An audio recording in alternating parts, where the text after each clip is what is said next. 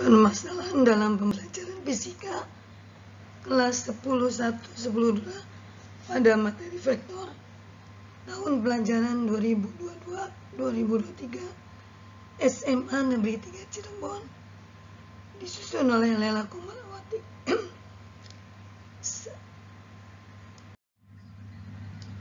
Bismillahirrahmanirrahim. Assalamualaikum warahmatullahi wabarakatuh.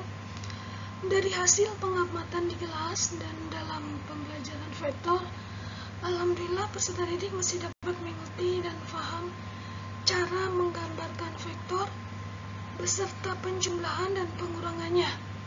Tetapi setelah masuk pada materi selanjutnya, misalkan kita masuk pada penjumlahan dan pengurangan vektor secara jajaran genjang, di mana untuk menghitungnya menggunakan rumus matematika disertakan sudut kosinus, sinus, dan tangan yang membuat peserta didik mengalami kesulitan dan masih kurang paham dalam mencari nilainya. Begitu juga simbolnya. Selain itu pula, permasalahan yang lainnya, bagaimana cara menentukan nilai yang sebaliknya. Misalkan ada soal dalam menentukan arah vektor dengan menggunakan sudut tangan theta sama dengan 1, maka theta sama dengan 45 derajat. Itu juga masih membingungkan peserta didik. Selanjutnya dalam menggunakan dan mengoperasikan kalkulator saintifik juga tidak paham. Sebagai pendidik, dalam pengalaman mengajar selama di SMA 3 Cirebon, banyak sekali perbedaan peserta didik di zaman milenial sekarang dengan peserta didik tahun 1995 sampai dengan 2000-an lebih.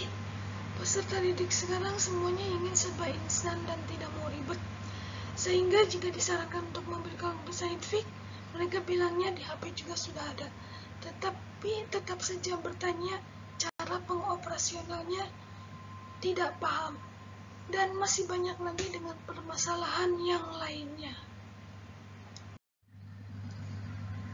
Dengan permasalahan tadi yang sudah dikemukakan, pada akhirnya saya sebagai guru fisika harus bisa menjembatani.